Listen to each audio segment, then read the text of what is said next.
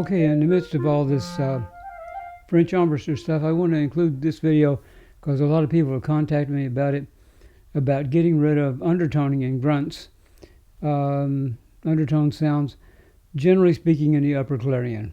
Mostly that happens when you're trying to play softly, G, A, B, C, or even in mezzo forte and around in there, and articulate delicately, just articulate it all.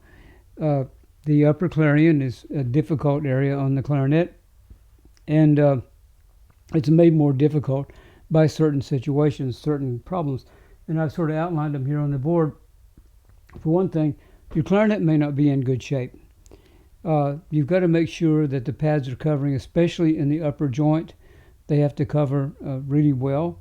If your clarinet's leaking and everything, you're going to probably have some problems with undertoning and in many other things, as well as a stuffiness, especially when you're trying to play in the low register. The other thing is the register tube. And I shouldn't just blame the register tube per se.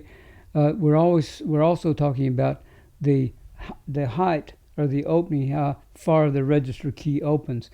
Most clarinets, I'll bet if I took a survey, I'd find probably 95% of clarinets do a terrible job in terms of adjusting the register tubes. The register keys, they open 3 millimeters, 4 millimeters. It's ridiculous.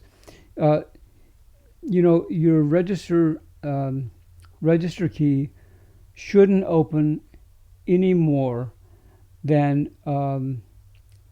the space that you could slide a dime between the bottom of the pad and the register tube. And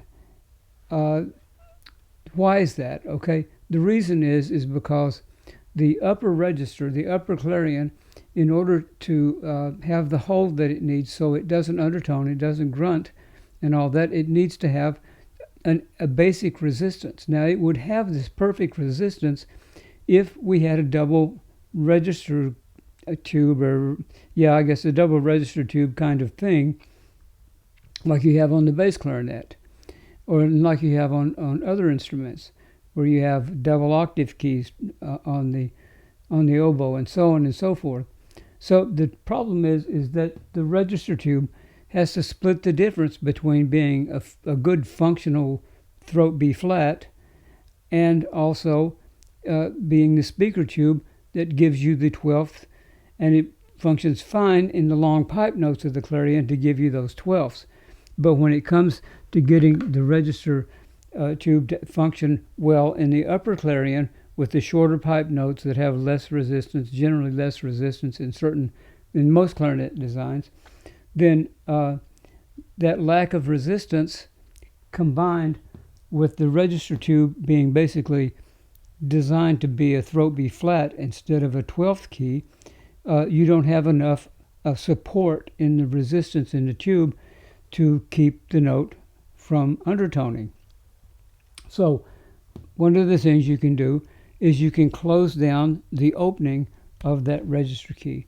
That's a really important thing, and that will help you. It won't completely eliminate it, but will help you avoid undertoning. Now, another thing that you can do is that you can put a spear into the register tube. Now, I'll show you. I'll draw this out really badly, but so you can see. In other words, the register. All right, so there's the pad. That's the register key. Okay, and here's your register tube. And what you have engineered in the middle of this, if you're looking at the pad this way, is that you have a little hold root in it and a spear. And that spear is basically, I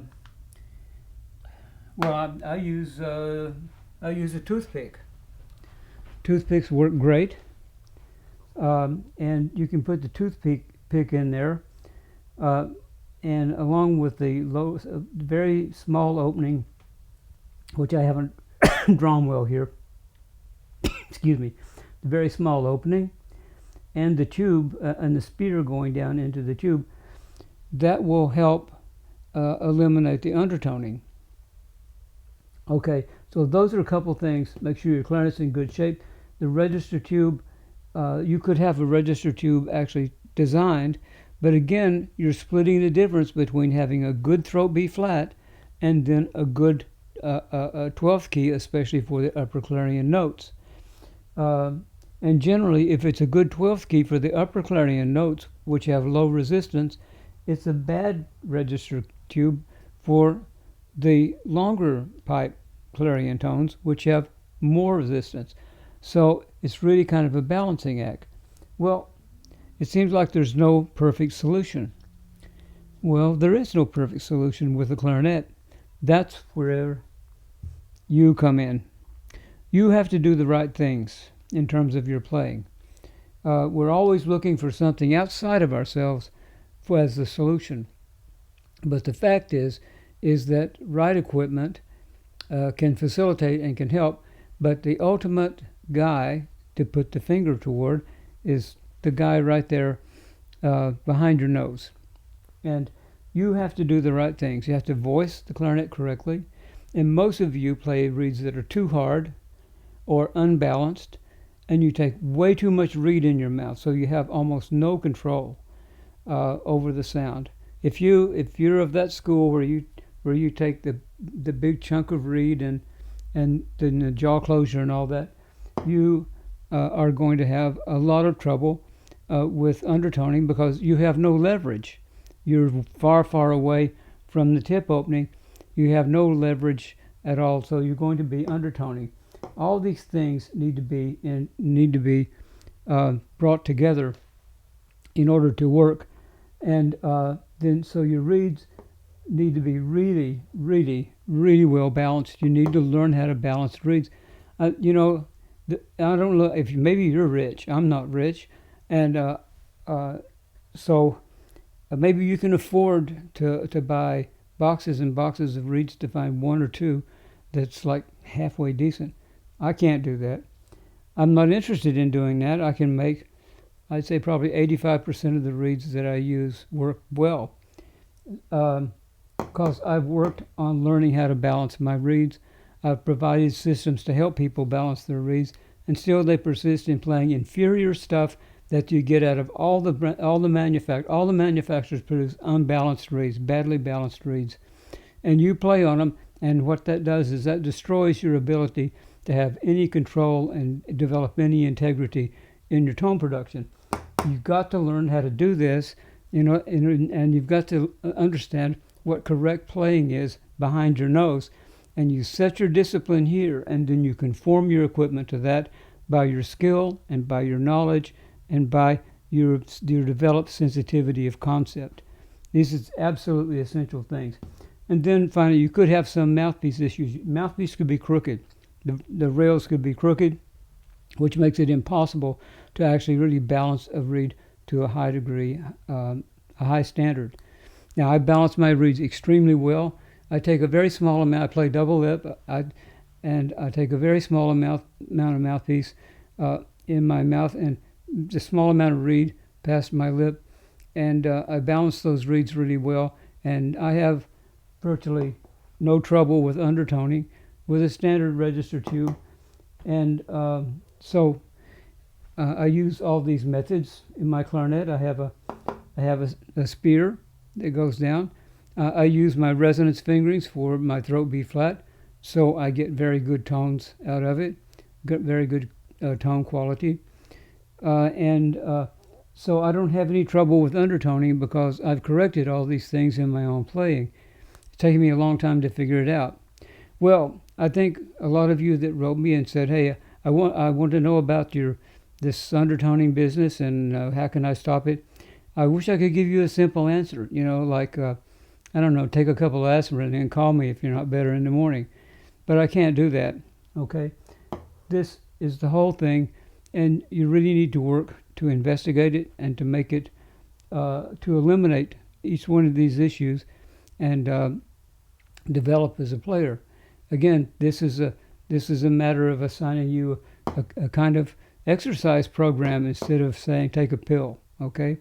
But this is sort of like take a pill and do the exercise program, because if you just do one, you're not going to succeed. You have to do them both. You have to play correctly, you have to be together, and then the rest of these things have to be together too. But especially it's going to help, no matter how bad the problem is with you, no matter how many of these things are out of kilter, closing down that register key so that you can just barely slip a dime between the surface of the pad and the top of the register tube. Closing that down at least that far and learning to use the resonance fingerings for the throat tones, that's really going to take you a long way. Okay, so I've answered that question. So many people had asked it, and I'm kind of interrupting this series on French embouchure playing. We're about to get into the actual mechanics of playing. But I thought I'd answer this, and I hope that it helps you.